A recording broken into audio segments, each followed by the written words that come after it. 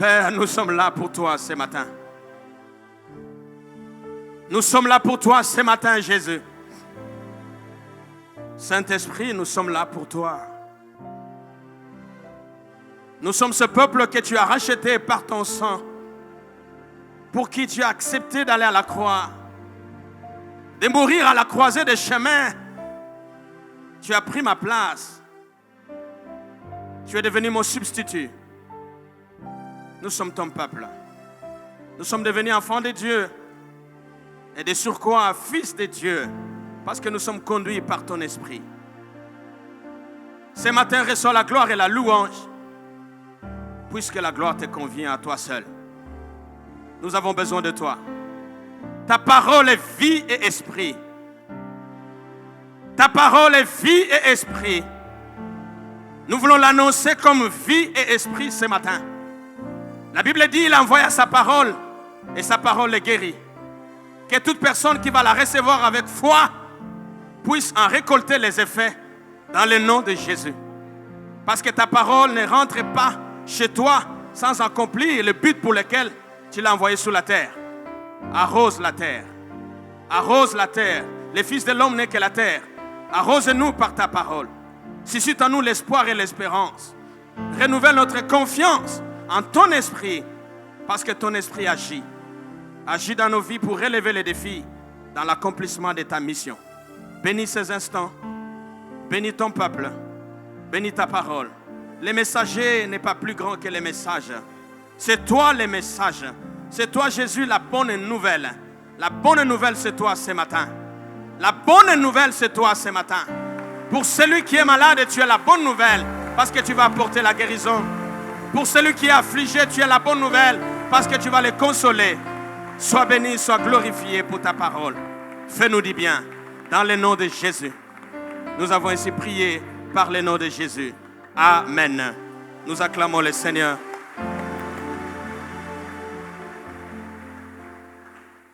Alléluia. Gloire à Jésus. Merci, merci à Dieu le Père. Merci à Jésus et à son esprit. Mais aussi un grand merci à notre papa pour cette marque de confiance.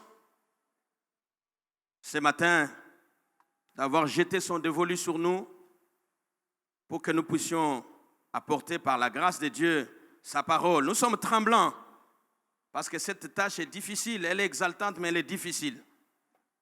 Nous disons merci aussi à la pastorale pour le soutien. J'ai dit merci à mon épouse, à mes enfants.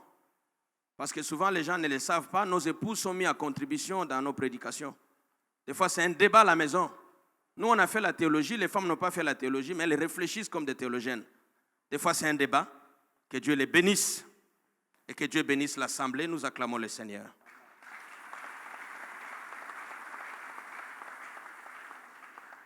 Et ce matin, nous voulons réitérer les thèmes que nous avons exploités le vendredi. Puisque c'est un besoin. Dieu ne parle pas en vain, il parle en vue de quelque chose. Notre thème, c'est le Saint-Esprit qui relève les défis dans l'accomplissement de la mission Dei. Est-ce qu'on peut nous balancer cela?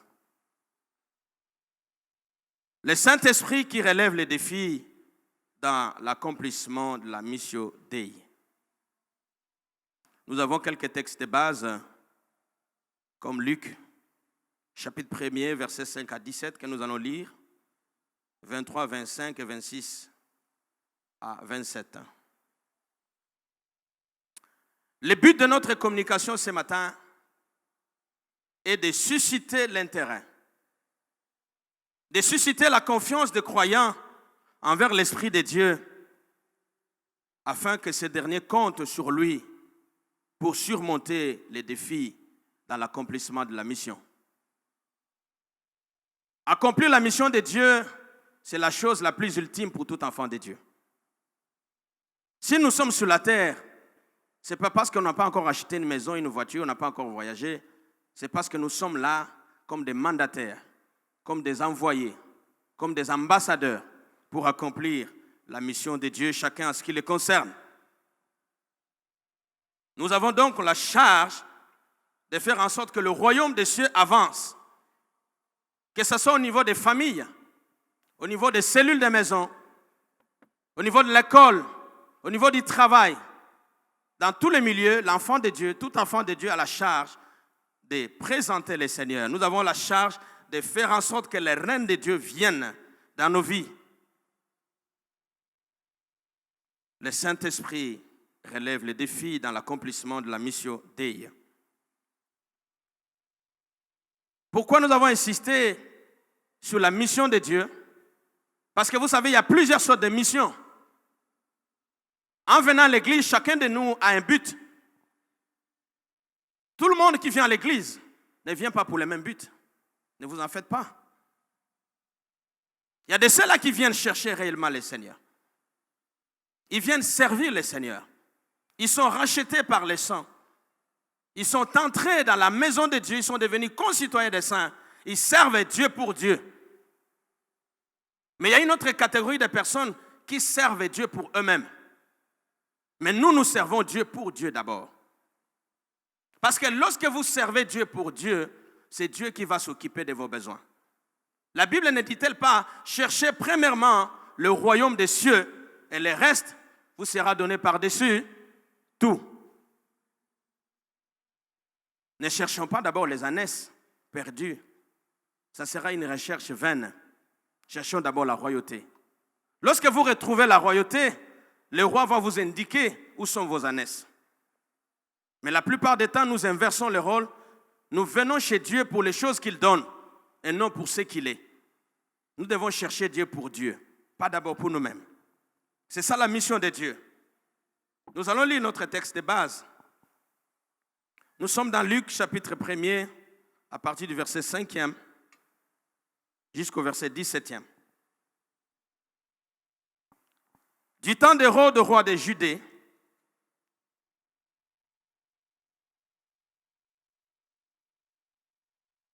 il y avait un sacrificateur nommé Zacharie, de la classe d'Abia. Sa femme était d'entre les filles d'Aaron. J'aimerais que vous puissiez souligner les points que vous trouvez. Sacrificateur, fille d'Aaron. Elle s'appelait Élisabeth. Tous deux étaient justes devant Dieu. Soulignez juste devant Dieu. Observant d'une manière irréprochable tous les commandements et toutes les ordonnances du Seigneur. Soulignez cela. Soulignez aussi, ils n'avaient point d'enfants parce qu'Élisabeth était stérile. Ils étaient l'un et l'autre avancés en âge. La Bible nous présente un tableau complet. Nous avons les acquis et nous avons les impossibilités. Dieu ne cache rien. Aujourd'hui, nous voyons lorsque nous servons le Seigneur, quand il y a une difficulté, on dit un enfant de Dieu ne peut pas souffrir. Un enfant de Dieu ne peut pas manquer. Nous avons là un modèle d'un couple qui servait Dieu, qui était juste, qui craignait Dieu, mais qui avait aussi des défis à relever. Ce couple continuait de servir Dieu. Le verset 8e nous dit, « Or, pendant qu'il s'acquittait de ses fonctions devant Dieu, il n'a point d'enfant, sa femme est stérile, ils sont avancés en âge, ils n'ont pas abandonné l'œuvre de Dieu, ils n'ont pas abandonné la mission de Dieu, ils continuent de servir Dieu. » Mon frère, ce matin, je voulais t'encourager, toi qui as un problème insurmontable, de ne pas abandonner les chants de Dieu, de ne pas abandonner l'œuvre de Dieu. Dieu te bénira dans son œuvre. Alléluia. Dieu va te bénir dans son œuvre, pas en dehors de son œuvre. Pendant qu'il s'acquittait de ses fonctions devant Dieu selon le tour de sa classe, il fut appelé par le sort, d'après la règle du sacerdoce, à entrer dans le temple du Seigneur pour offrir les parfums. Toute la multitude du peuple était dehors en prière à l'heure du parfum. Alors un ange du Seigneur apparut à Zacharie et se tint debout à droite de l'autel des parfums. Zacharie fut troublé en le voyant et la frayeur s'empara de lui. Mais l'ange lui dit, « Ne crains point. » Répète cela à ton frère qui est à tes côtés. « Ne crains point. » Et tu changes le nom de Zacharie par son nom, si tu le connais. Demande son nom. « Ne crains point Jean-Pierre, car ta prière a été exaucée. Ne crains point Madeleine, car ta prière a été exaucée. Ta femme Élisabeth t'enfantera un fils, et tu lui donneras le nom de Jean. Il sera pour toi un sujet de joie et d'allégresse, et plusieurs se réjouiront de sa naissance. Car il sera grand devant le Seigneur. Il ne boira ni vin ni liqueur enivrante, et il sera rempli de l'Esprit Saint dès le sein de sa mère. Il ramènera plusieurs des fils d'Israël au Seigneur leur Dieu. Il marchera devant Dieu avec l'esprit et la puissance d'Élie pour ramener le cœur des pères vers les enfants et les rebelles à la sagesse des justes, afin de préparer au Seigneur un peuple bien disposé. Zacharie dit à l'ange, « À quoi reconnaîtrai-je cela, car je suis vieux, et ma femme est avancée en âge. » Nous pouvons sauter au verset 23e. Lorsque ce jour de service fut écoulé, il s'en alla chez lui. Quelque temps après, Élisabeth, sa femme, devint enceinte. Elle se cacha pendant 5 mois, disant, « C'est la grâce que le Seigneur m'a faite, quand il a jeté les yeux sur moi pour ôter mon opprobre parmi les hommes. » Que ce matin, le Seigneur jette son regard sur quelqu'un pour ôter cette honte extrême, afin que la gloire revienne dans ta vie. Nous continuons la lecture au verset 26e. Le deuxième tableau, c'est celui de Marie. Dieu poursuit son chemin. Au 6e mois, l'ange Gabriel fut envoyé par Dieu dans une ville de Galilée appelée Nazareth, auprès d'une vierge fiancée à un homme de la maison de David nommé Joseph. Le nom de la vierge était Marie. L'ange entra chez elle et dit, « Je te salue, toi à qui une grâce a été faite. Le Seigneur est avec toi. » Comme ce matin, le Seigneur est avec nous. Troublée par cette parole, Marie se demandait ce que pouvait signifier une telle salutation. L'ange lui dit, « Ne crains point, Marie, car tu as trouvé grâce devant Dieu. Et voici, tu deviendras enceinte, et tu enfanteras un fils, et tu lui donneras le nom de Jésus. Il sera grand, il sera appelé fils du Très-Haut, et le Seigneur Dieu lui donnera le trône de David son père. Il régnera sur la maison de Jacob éternellement, et son règne n'aura point de fin. » Marie dit à l'ange, « Comment cela se ferait-il, puisque je ne connais point d'homme ?» L'ange lui répondit, « Le Saint-Esprit viendra sur toi, et la puissance du Très-Haut te couvrira de son ombre. » J'aime cet endroit. Le Saint-Esprit viendra sur quelqu'un ce matin, et la puissance du Très-Haut va te couvrir de son ombre. Combien à plus forte raison, nous en qui habitons l'Esprit de Dieu. L'ange lui répondit, « Le Saint-Esprit viendra sur toi. C'est pourquoi le Saint-Enfant qui naîtra de toi sera appelé fils de Dieu. Voici, Élisabeth, ta parente, a conçu elle aussi un fils en sa vieillesse, et celle qui était appelée stérile est dans son 6e mois. » La vérité biblique centrale ou théologique pour cet enseignement ce matin est dans le verset 37e. « Car rien n'est impossible à qui? À Dieu. » Car rien n'est impossible à Dieu. Rien n'est impossible à Dieu. Que le Seigneur bénisse sa parole. Nous avons des textes similaires, nous allons lire après. Nous revenons dans les luminaires.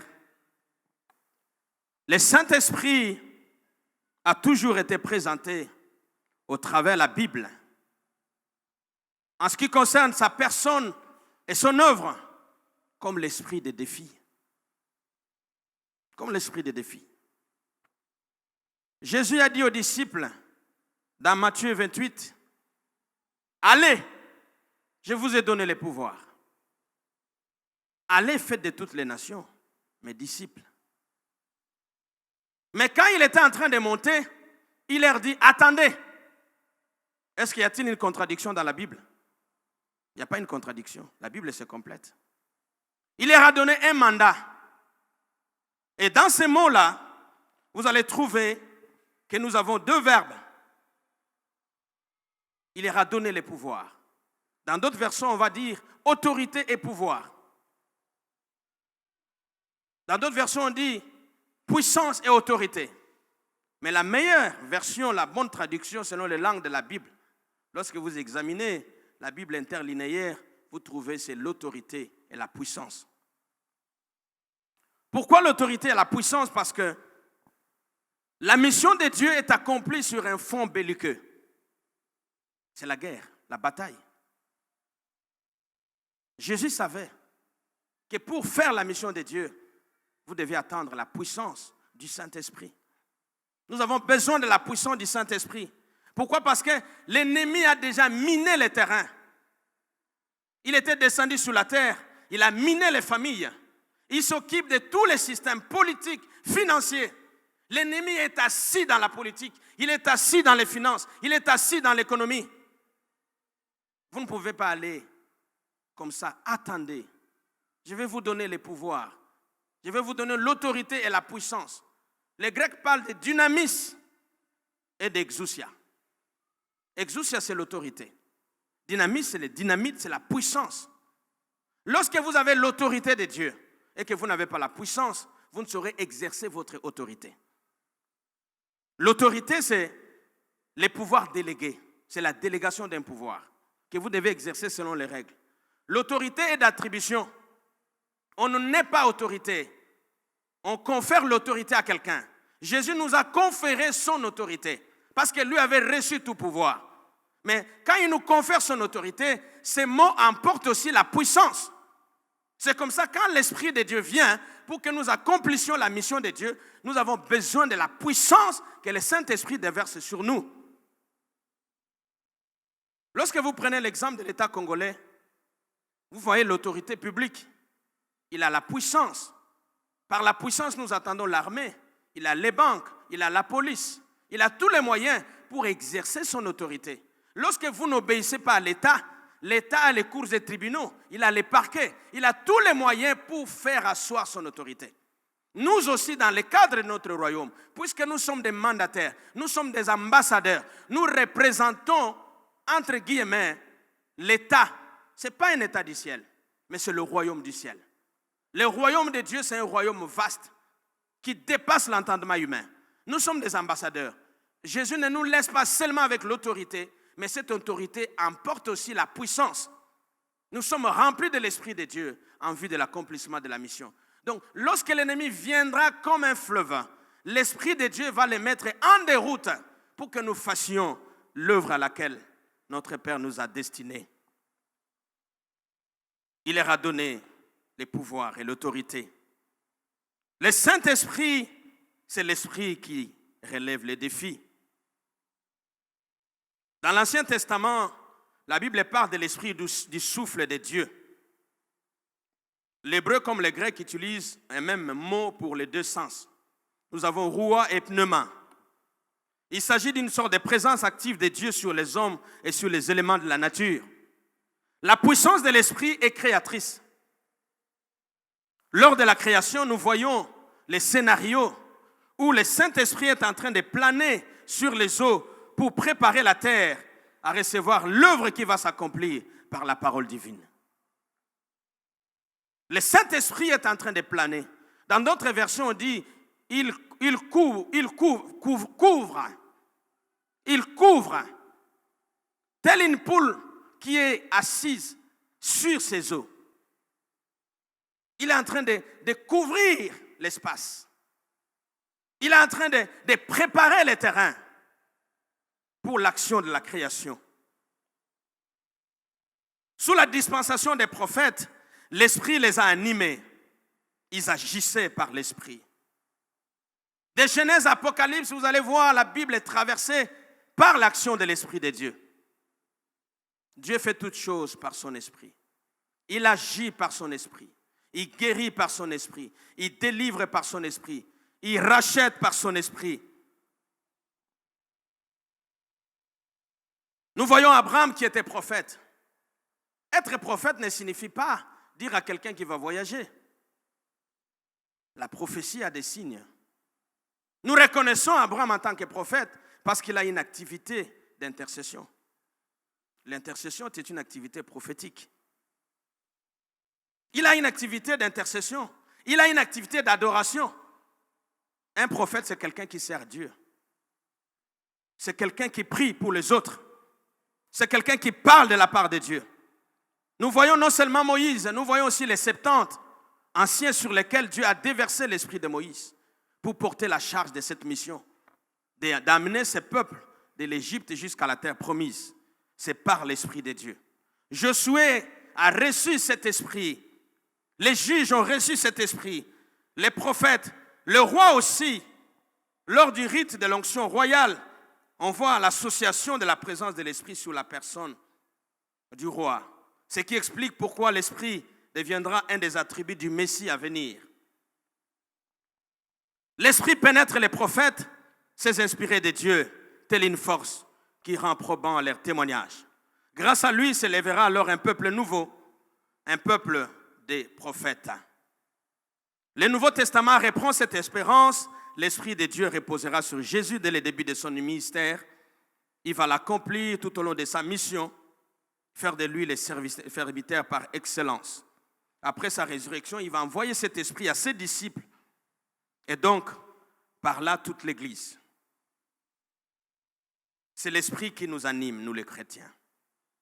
Il nous dispose des dons et des compétences. L'action de l'esprit est donc l'action de Dieu lui-même. Il se révèle alors comme l'une des personnes de la Trinité. Le Saint-Esprit relève les défis. Mais dans la vie de ceux-là qui ont choisi de servir le Seigneur, dans la vie de ceux-là qui accomplissent la mission de Dieu. Parce qu'il y a plusieurs sortes de missions. Mais nous accomplissions les mandats divins. Ce mandat de faire en sorte que toutes les nations deviennent les disciples du Seigneur. Que ce soit au milieu de la famille, que ce soit à l'école, sur la route, là où nous travaillons, nous sommes appelés à annoncer l'évangile du royaume. Alléluia. Les points B, nous voyons aussi, en tant qu'humains, les défis quotidiens dans notre vie. Oui, Dieu nous a donné les mandats. Nous sommes enfants de Dieu comme venait de le chanter. Je ne suis plus esclave de la mort ni du péché. Je suis enfant de Dieu. C'est très bien de chanter. Mais quand la mort se présente au-devant de toi, comment tu vas réagir? Quand la maladie se présente au-devant de toi, qui est un enfant de Dieu, comment tu réagis? Les défis de la conjoncture, les défis économiques, comment tu réagis? Chacun de nous sait comment il réagit. Nous avons la réaction de 3 personnes. La première personne, c'est l'homme qui retourne à lui-même. L'homme qui est plein de lui-même. Devant les défis de la vie, l'homme intellectuel, l'homme riche, quelqu'un qui a des moyens peut dire, moi je vais me confier à mes moyens. Je n'ai pas besoin de votre Dieu. J'ai tout ce qu'il me faut. Il y a des gens comme ça. Nzambe na bino wana kolobelanga eloko te, soki naza na posa ko voyager, na ko voyager. Soki naza na posa ba soin, na kino ko ba soin. Mais il oublie que les médecins soignent, mais c'est l'Éternel qui guérit. Voyez-vous ce qui se passe avec le coronavirus? C'est un message de Dieu. Ce sont des nations nantis qui ont plus de moyens que nous. Mais pour faire face à ces fléaux, ce n'est pas facile. Ils ont des moyens. Nous ne pouvons pas défier Dieu à cause de nos moyens. Mais l'homme naturel défie Dieu à cause des moyens que Dieu a mis à sa disposition. C'est ce qui est curieux. C'est Dieu qui nous a donné le cobalt, il nous a donné les zinc, il nous a donné les diamants, il nous a tout donné. Tout ce que nous fabriquons, ce sont des dérivés de ce que Dieu a créé. Mais l'homme naturel défie Dieu. Il va plus loin. Pour soutenir son existence, il va se jeter entre les mains de l'ennemi. Ils sont dans les sciences occultes. Ils sont dans les loges pour régner, pour maîtriser la vie. Pas plus loin que la semaine passée, j'avais reçu un serviteur de Dieu qui est venu de Brazzaville. C'est un ami.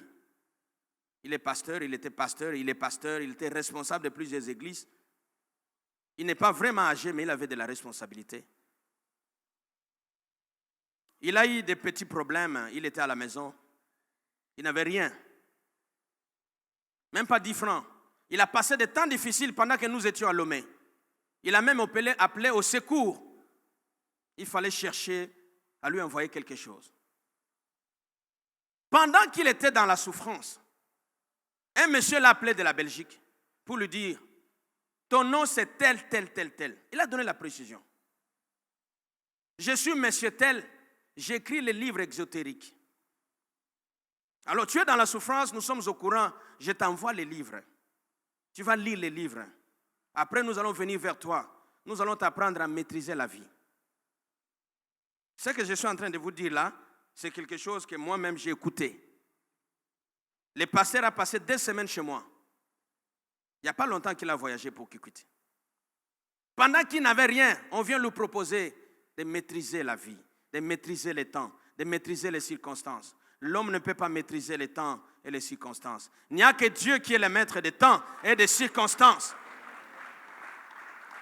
Quels que soient les moyens, quel que soit l'avancement de la science ou de la technologie, l'homme ne peut pas maîtriser la vie parce qu'il n'est pas l'auteur de la vie. L'auteur de la vie, c'est Dieu. Celui qui fabrique un médicament, c'est celui-là qui a la notice du fabricant. Celui qui a fabriqué l'aspirine, il a la notice de l'aspirine. Vous ne pouvez pas donner la notice à quelque chose que vous n'avez pas fabriqué. Les mondes qui existent, les visibles et les invisibles, sont l'apanage de Dieu seul. C'est Dieu qui a créé les visibles et les invisibles, les trônes, les dominations et les dignités. L'homme ne peut pas s'en passer de Dieu. Le Dieu de l'orthodoxie n'a pas vieilli. Il est vivant. Dieu est vivant, il est vivant au milieu de l'église. Il remplit les cieux et la terre par sa gloire. Les hommes défient Dieu. L'homme naturel dit, je vais trouver la solution moi-même.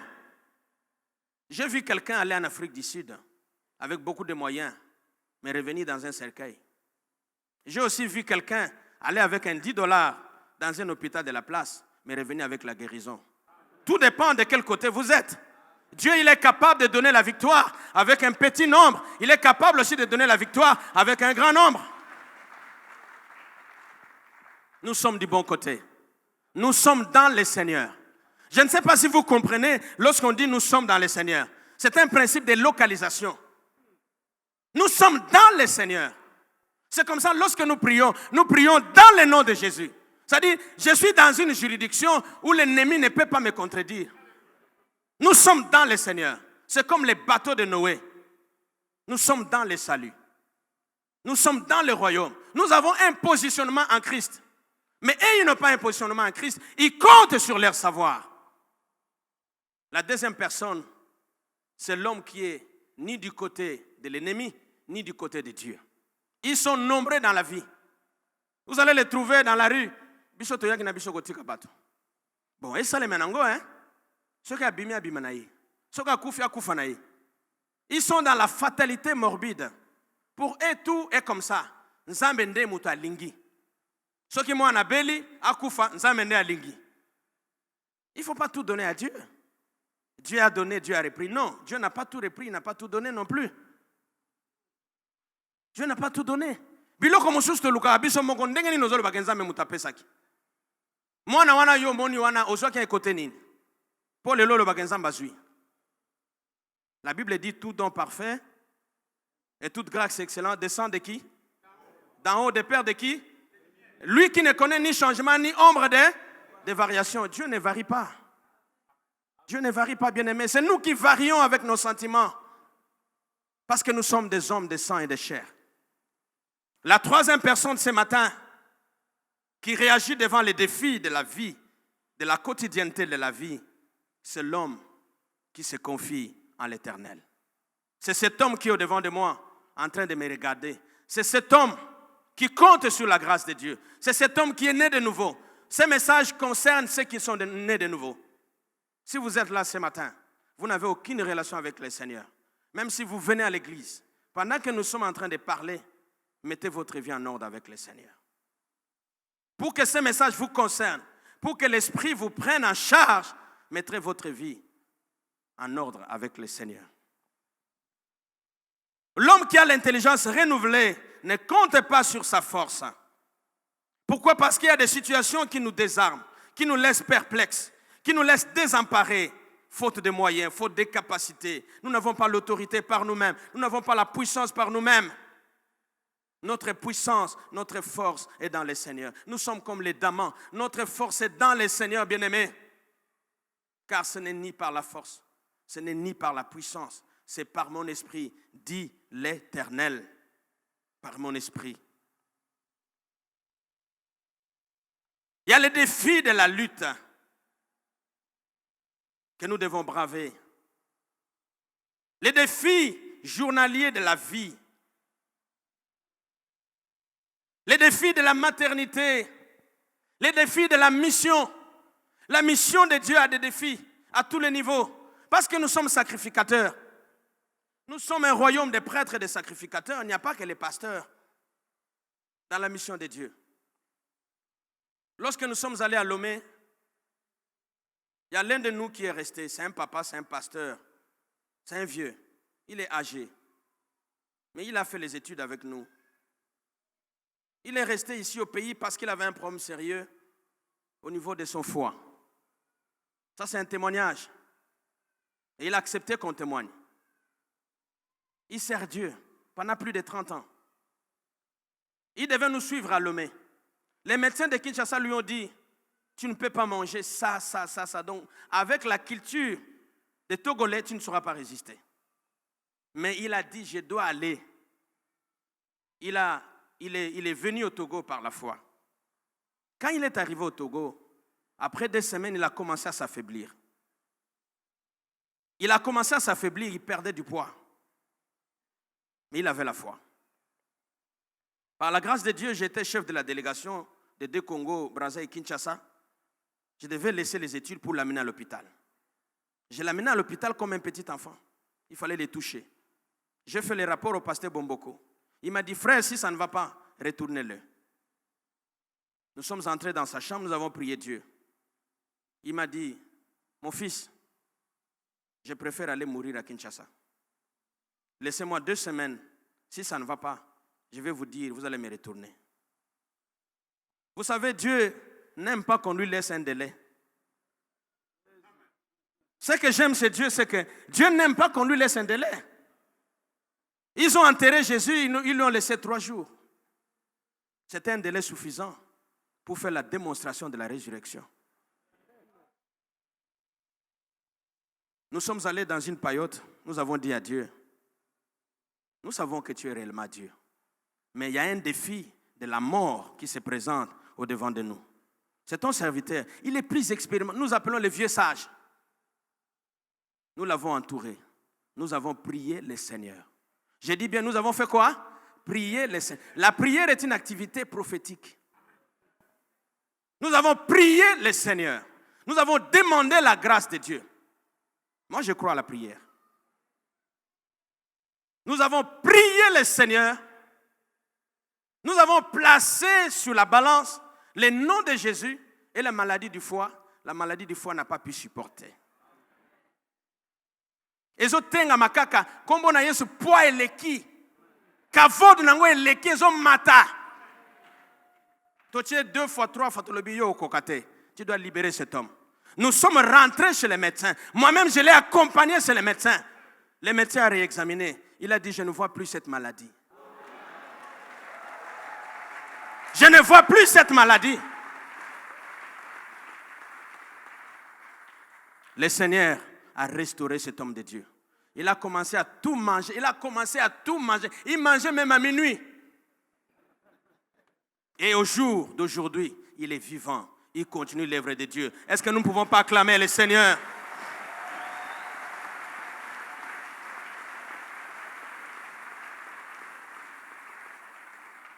Le Saint-Esprit relèvera les défis si tu es dans les champs de Dieu.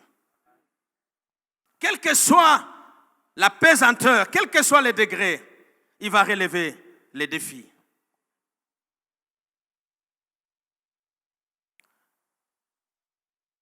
Le développement, c'est l'unique point que nous allons développer ce matin, puis nous allons prier.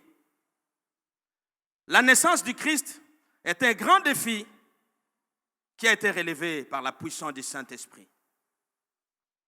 Ce sont les 2 cas, la stérilité d'Élisabeth et la virginité de Marie.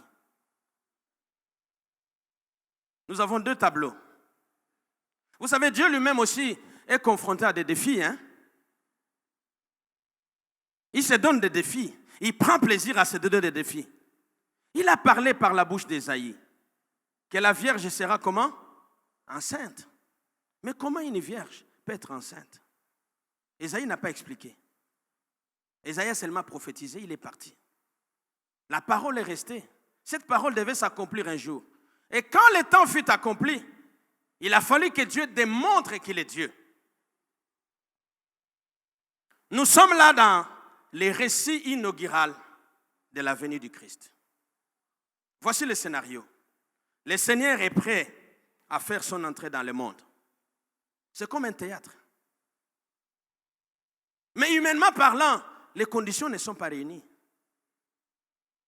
Selon la science ou la préscience de Dieu, Jean-Baptiste devait naître avant le Christ. Parce qu'il est le précurseur. Il est le Songanzila. Mais le Songanzila là doit naître d'une mère stérile. Dieu, il est terrible. La maman du Songanzila est stérile. Son père est âgé. Les médecins sont là. Il n'y a plus match. Ça, c'est la première équation. Mais cet homme et cette femme sont sacrificateurs. Cette femme est descendante de la famille d'Aaron. Ils sont justes devant Dieu. Vous savez, il y a des choses qui plaident en notre faveur devant le Seigneur. Faites en sorte qu'il y ait des choses qui vont plaider en votre faveur devant le Seigneur. Ne venez pas devant le Seigneur les mains vides. Vous devez avoir des prérequis.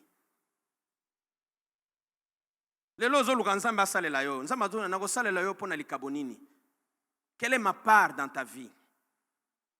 Est-ce que tu marches dans la crainte de Dieu? Est-ce que tu sers Dieu? La Bible dit qu'il respectait les commandements et les lois de Dieu. Mais, ce couple n'avait point d'enfant. Dieu dit, moi je m'en fous. Le temps est venu, mon fils doit naître. Avant qu'il ne naisse, il faut que son grand frère Jean-Baptiste naisse pour arranger les chemins. Dieu se moque des conditions économiques. Il va se moquer de la conjoncture pour que toi tu fasses son œuvre. Dieu là, dans les cieux, il va se moquer de la conjoncture. Le premier scénario se passe dans le temple. Il entre pour offrir les parfums. L'ange apparaît. Il salue Zacharie. Zacharie est troublé. Il dit, ne crains point. Tu vois, ce jour-là, quand le pasteur avait convoqué la prière, tu avais demandé un enfant. L'enfant a été accordé. Je peux te montrer même les photos au ciel. Il joue déjà là-bas. C'est un grand joueur. Parce que Dieu, avant de former, il nous crée. Jean-Baptiste s'est déjà créé. Dans la présence de Dieu, il était là. Il était en train de s'entraîner comme un joueur qui veut relever les défis.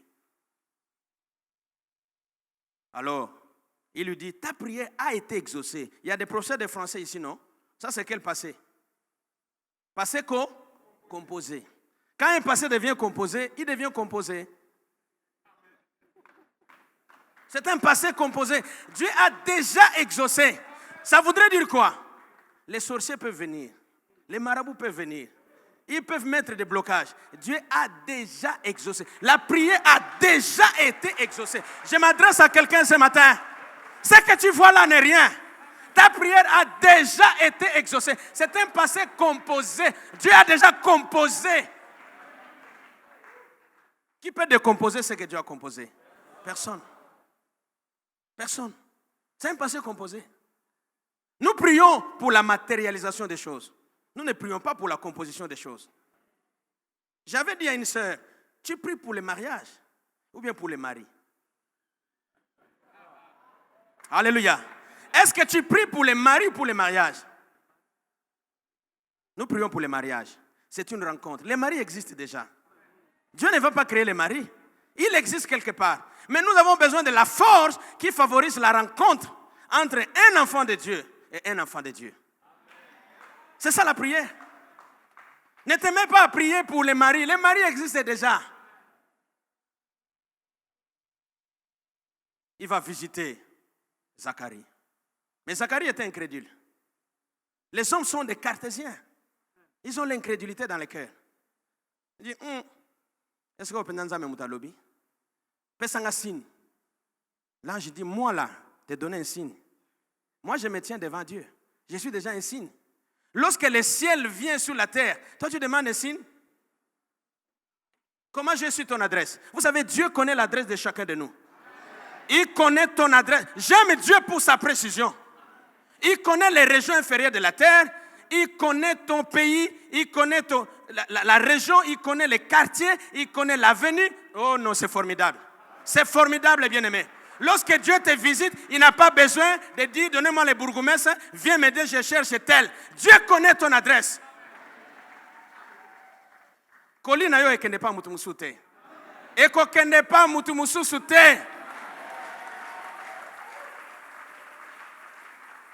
J'ai regardé les dessins animés. Vous savez, vous pouvez regarder des choses avec un œil spirituel. Il y a les dessins animés que mes enfants me regardaient. Ce sont des dessins animés, mais ils envoient le colis. Tu vois un enfant pleurnicher, maman, s'ils avaient infusé, maman, après il voit quelqu'un, paf, il lui amène la chose voulue. Dieu connaît ton adresse. Il connaît ton adresse avec précision. Alors, enlève l'incrédulité. Beaucoup des hommes sont des incrédules à cause de la science.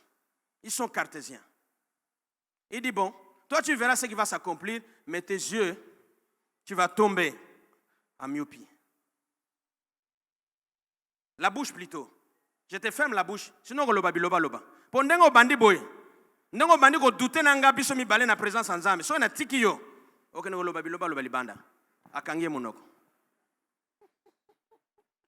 Comme ça, tu ne vas rien dire. Tu ne vas rien ajouter ni rien enlever à la parole de qui? De Dieu. Il est sorti. A commis baba. Mais qu'est-ce qui se passe? On a compris qu'il a eu une vision. Le temps s'est écoulé. Il est parti chez lui. La Bible ne nous explique pas comment un vieillard peut donner la grossesse à sa femme. La Bible n'explique pas ça. La Bible dit tout simplement, quelques temps après, sa femme a fait quoi? Est tombée enceinte. Le coma est divin. Le coma là, comment ça va se passer? Ce n'est pas moi. Le coma est divin.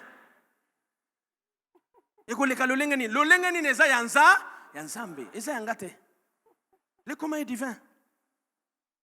Tu cherches beaucoup d'explications. Bon, moi je sais que dans ma famille, moi je sais. Non, le coma est divin. Le coma est divin. Mais je n'ai pas de compte en banque. Comment je peux voyager? Là, il demande de telles conditions. Coma est divin. Le coma est divin. Elisabeth est tombée enceinte. La femme qui était appelée stérile, celle qui était pointée du doigt, est tombée enceinte. Ça, c'est le premier défi que le Saint-Esprit a fait quoi? A relevé. Y a-t-il des femmes stériles dans cette salle? Ce matin, si tu as la foi, puisque tu es enfant de Dieu, et que tes enfants sont appelés fils de Dieu, ils seront des signes de présage. Dieu va enlever cette stérilité. Même dans plusieurs domaines de la vie, il y a des stérilités aussi. Elle peut être financière. Dieu va enlever cette stérilité parce qu'il voit en toi la volonté de le servir. Dieu arrête là. Il dit ça y est. Il poursuit le deuxième scénario au 6e mois. Parce que maintenant, Elisabeth a 5 mois. Vous savez, beaucoup de gens, Elisabeth s'est cachée. Il faut avoir de la retenue. Un enfant de Dieu a de la réserve. Il faut avoir de la retenue, de la réserve. Tu ne peux pas dire ça à n'importe qui. Il y a des gens, quand ils te regardent comme ça, pour Miss Nezema B, Miss Ndoki. Zemi ozuna. Tala na zemi azuna pasi ya kimukolo. Yo ya kolongola yango. Ake ko bomba. Nazama yele hein. A bomba ni pendant 5 mois. O bakadi ampemba baza ebele. Miss Ndoki. Quand ils te regardent comme ça, ce n'est pas un bon regard. Mais nous, quand nous regardons avec les yeux de Dieu. Nous contemplons la gloire du Seigneur. Nous bénissons le Seigneur. Alléluia. Deuxième scénario, l'ange va chez Marie. La Bible présente Marie comme une vierge fiancée à un homme nommé Joseph. Deuxième équation, inconnue. Je vous salue Marie. Patati patata, patati patata. Marie dit, oh les Cambonines, tu me salues moi? Oui. Qu'est-ce qu'il y a? Non, tu as trouvé grâce devant Dieu. Écoutez la grâce. Écoutez bien la grâce que Marie avait trouvée devant Dieu. Tu tomberas Marie recule un peu. Tu dis quoi? C'est ça la grâce? Moi, je suis une vierge. Non seulement une vierge, mais je suis fiancée à quelqu'un. Tu parles de tomber enceinte. Comment je vais tomber enceinte? Est-ce que Marie a réagi de la même manière que le papa de Jean-Baptiste? Non, non. Marie cherchait à savoir. Parce qu'elle est vierge. L'ange va commencer à lui expliquer. Non, Marie, ne va pas très loin. Ce n'est pas un homme. Cette affaire n'est pas une affaire d'homme. Cette affaire n'est pas une affaire d'homme. Tu sais, dans ta situation, tu peux appeler qui tu veux au secours. Tu peux voir un ministre, un président de la République. Si cette affaire concerne Dieu, il n'y a que Dieu qui peut décider. Il n'y a que Dieu qui peut décider. C'est pourquoi certaines personnes, lorsqu'ils traversent les épreuves, il ne faut pas prier pour que l'épreuve s'arrête. Parce que c'est Dieu seul qui maîtrise l'épreuve. L'ange va lui expliquer comment la chose va se passer. L'ange lui répondit, le Saint-Esprit viendra sur toi. Et la puissance du Très-Haut te couvrira de son ombre. C'est pourquoi le Saint-Enfant qui naîtra de toi sera appelé Fils de Dieu. Pour que le Saint-Enfant soit appelé Fils de Dieu, il faut que l'action vienne d'où? D'en haut. C'était la condition sine qua non. L'action ne peut pas venir d'en bas. Le sang humain ne peut pas racheter le sang humain. Pour notre rachat, il a fallu quelqu'un qui est humain, mais qui n'a pas le sang humain. Parce qu'un sang souillé ne peut pas racheter un sang souillé. Un prisonnier ne peut pas délivrer un autre prisonnier.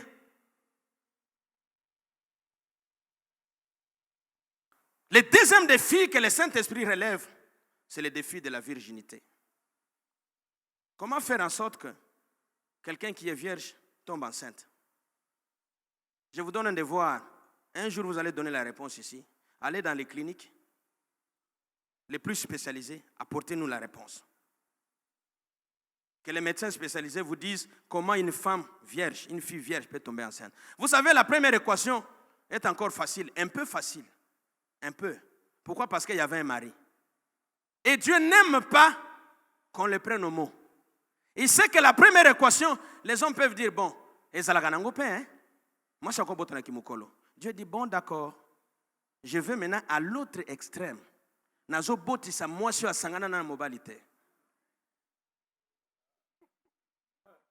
Dieu, c'est un Dieu des extrémités. Dieu, c'est un Dieu des antipodes. Lorsque vous servez Dieu, ne le cantonnez pas dans votre caboche. Laissez-lui les champs vastes d'action. Quand Dieu agit, vous ne pouvez pas contrôler son action. Vous ne pouvez pas. Il peut prendre celui qui embrase les fumiers et le faire asseoir de l'autre côté avec les riches. C'est un voyage. Et Belé n'a vu un voyage. Mais Dieu aussi peut prendre quelqu'un du côté à Bosui vers le côté à Wapi, il y a Bobola. Car il élève l'un et il abaisse l'autre. Dieu, c'est un Dieu des extrémités. Il est capable de tout.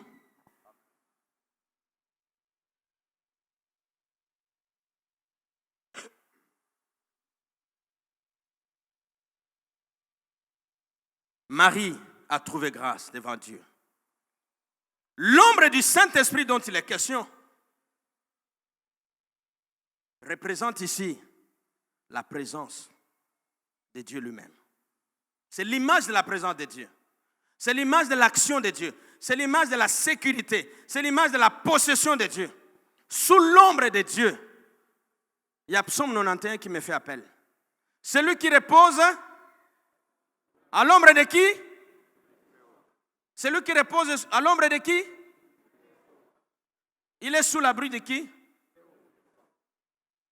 Apparemment, j'ai un verset. Aidez-moi alors. Celui qui repose sous l'abri du... Il est à l'ombre de qui? Il est à l'ombre des marabouts? Il est à l'ombre de la malchance? Il est sous la malédiction? Non, mon frère. Nous sommes sous l'ombre du Tout-Puissant. Sous l'ombre du Tout-Puissant. Sous l'ombre du Tout-Puissant, la Vierge peut tomber enceinte. Sous l'ombre du Tout-Puissant, le diabète peut quitter le corps. Sous l'ombre du Tout-Puissant, la mort peut céder la place à la vie. C'est ça que Dieu va faire ce matin. Tout de suite même. Sous l'ombre du Tout-Puissant. L'ombre du Tout-Puissant, c'est le studio de Dieu. Vous savez, quand vous allez dans un studio, il y a une chambre noire. Mais photo. Quand on entre là, ce sont les photos qui sortent. Les photos que tu as capturées pendant que tu priais, le temps est arrivé pour que tu aies les photos. Toutes ces photos-là, Dieu va te les donner. Toutes ces photos-là, tes rêves, tes visions, Dieu va te les donner. Pourquoi? Parce que quand l'ombre de Dieu descend, c'est l'image de la présence de Dieu. C'est l'image de la gloire de Dieu. Lorsque nous recherchons la gloire de Dieu, ça peut passer par les défis. Quand Dieu relève les défis, la gloire s'éclate et son royaume avance. Ce matin, vous êtes là, devant ma présence. Devant la présence de Dieu, voudrais-je dire. Je vous ai présenté 2 cas extrêmes. Je parle aux enfants de Dieu. Ce message a pour but de vous réconforter, de vous pousser à vous confier à Dieu. Dieu n'est pas un Dieu qui a vieilli. L'Esprit de Dieu agit encore maintenant et aujourd'hui. Vous n'avez besoin que de la foi ce matin. Dieu est présent pour relever votre défi par la présence de son Esprit. Quel est le défi qui vous dérange ce matin? Élisabeth était âgée, mais parce qu'elle était dans la mission de Dieu, dans les desseins de Dieu, Dieu l'a remis encore dans la course. Elle est rentrée dans la maternité, elle a fait la laïette, on l'a vue à l'hôpital, elle l'a mis au monde. Tu peux encore rentrer dans la maternité. Marie qui était vierge, Dieu a fait en sorte que la vierge enfante le Fils du Très-Haut. Les choses qui tardent, je vais m'arrêter là, les choses qui prennent du temps, mais qui sont dans le domaine de Dieu, sont des choses glorieuses. Je vais me répéter. Les choses qui tardent, les choses qui prennent du temps, mais qui sont dans le domaine de Dieu, ce sont des choses glorieuses. Que ce soit dans les ministères, que ce soit dans la famille, dans le travail. Ne vous étonnez pas qu'après demain, on va vous appeler. Vous allez diriger cette société. Vous allez diriger cette société parce que Dieu a intérêt dans votre vie.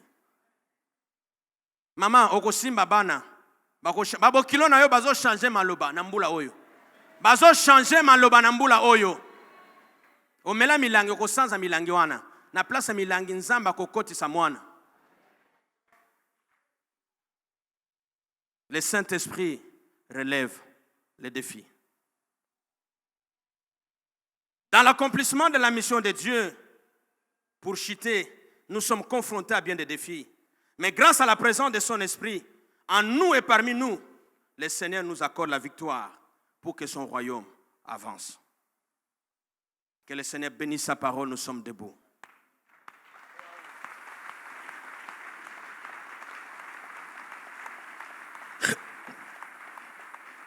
Vous avez acclamé un homme, nous acclamons le Seigneur.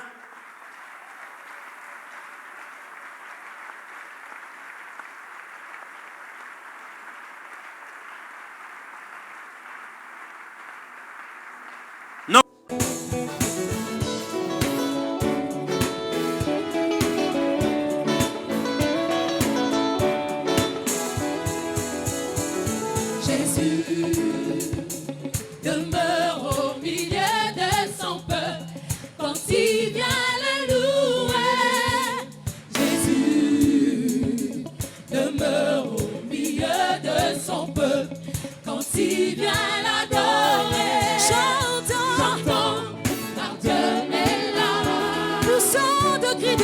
Poussons de cris de joie, de son